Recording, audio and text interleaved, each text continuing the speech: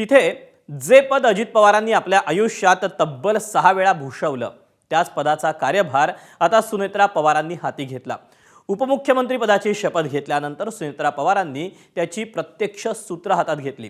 दादांच्या राजकीय वारसदार म्हणून सुनेत्रा पवारांचा पहिला दिवस जसा जबाबदारीची जाणीव करून देणारा होता, तसाच तो भावनिकही होता। सक्रिय राजकारणातल्या आव्हानांना तोंड देत अजितदादांचा वारसा सुनेत्रा पवारांना पुढे न्यायचा आहे। पाहुयात आज दिवसभरात नेमकं काय घडलं ते।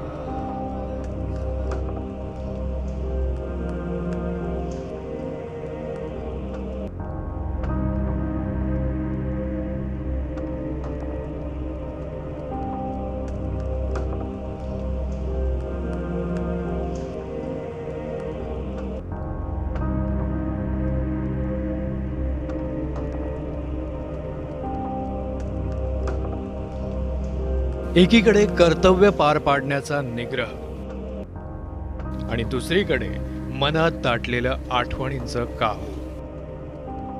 ज्या खुर्चीवर बसून अजितदादा उपमुख्यमंत्री पदाचा कारभार चालवायचे, त्याच खुर्चीवर बसताना सुनेत्रा पवारांच्या भावना दाटून आल्या होत्या।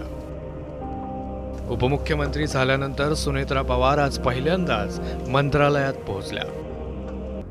आधी त्यांनी उपमुख्यमंत्र्यांच्या खुर्चीला हात जोडून नमस्कार केला, त्या खुर्चीवर स्थानापन्न झाल्या आणि तिथे उपस्थित असलेल्या पार्थ पवारांसह अनेकांच्या डोळ्यातही अश्रू दाटले।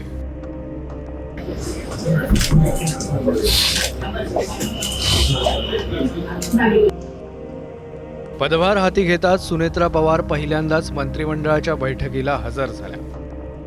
अजितदादांच्या निधनानंतरची ही पहिलीच मंत्रिमंडळ बैठक होती। त्यात अजित पवारांनी सांगितलेल्या 3 महत्त्वाच्या निर्णयांवर मुख्यमंत्र्यांनी शिक्कामोर्तब केला। सुनेत्राताई पवार यांची पहिली मंत्रिमंडळ बैठक होती, पण दुखवटा असल्यामुळे आम्ही केवळ शब्दसुमनाने औपचारिक त्यांचं स्वागत केलेलं आहे आणि मला विश्वास आहे की त्यांच्या नेतृत्वामध्ये राष्ट्रवादी काँग्रेस पक्ष कालच्याही निवडणुकीत अतिशय चांगला परफॉर्मन्स त्यांचा राहिलेला आहे आणि भविष्यातही चांगल्या पद्धतीने काम करेल। दादांची जागा कुणीच घेऊ शकत नाही, पण त्यांच्या विचारांचा वारसा जपण्याचा आणि अधिक सक्षम महाराष्ट्र घडवण्याचा प्रामाणिक प्रयत्न मी नक्की करेन। या कठीण प्रसंगी जनतेनं दिलेलं प्रेम, आधार आणि विश्वास हेच माझं सामर्थ्य आहे। त्यांच्या स्मृतीपुढे आज एकच वचन देते, महाराष्ट्राच्या हितासाठी निष्ठेने आणि समर्पणानं काम करत राहील। मंत्रिमंडळ बैठकीनंतर सुनेत्रा पवारांनीही भावनिक पोस्ट केली। उपमुख्यमंत्री पदाचा पदभार हाती घेण्याआधी सुनेत्रा पवारांनी सिद्धिविनायकाचं दर्शन घेतलं।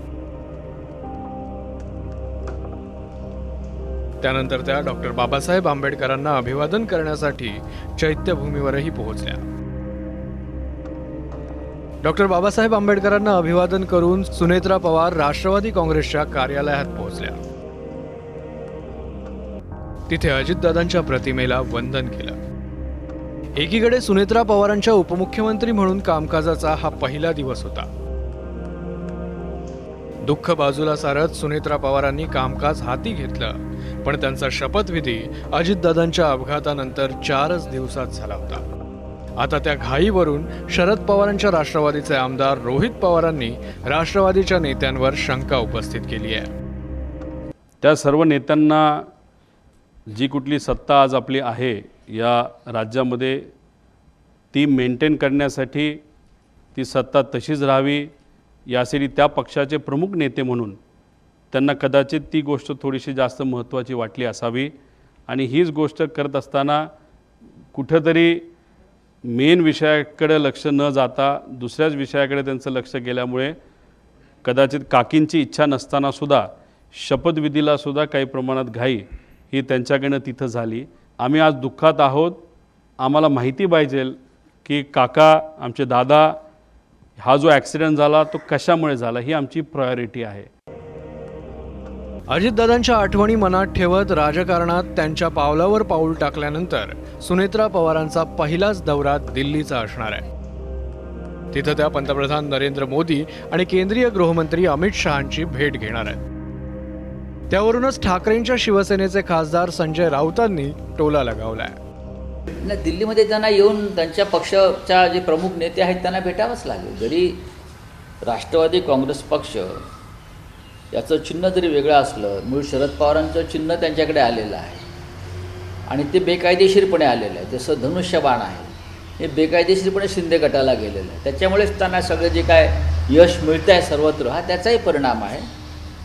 दिल्लीत येऊन त्यांनाही राष्ट्रवादी काँग्रेसच्या सध्याच्या मूळ प्रमुखांना भेटावं लागेल. सुनेत्राताई पवार दिल्लीत जाऊन वरिष्ठांना भेटतील, कारण त्या NDAच्या घटक पक्ष आहेत.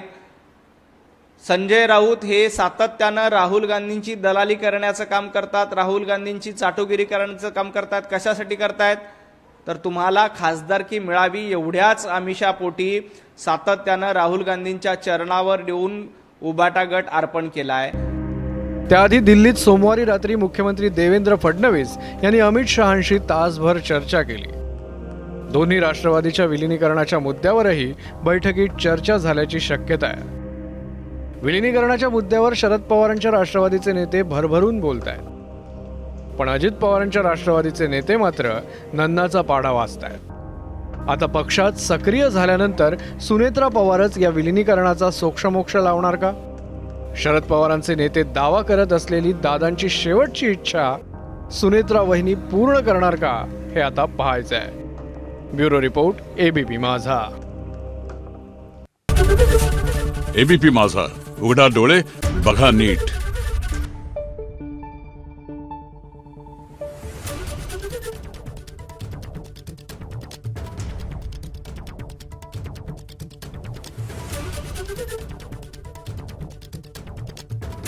Thank you.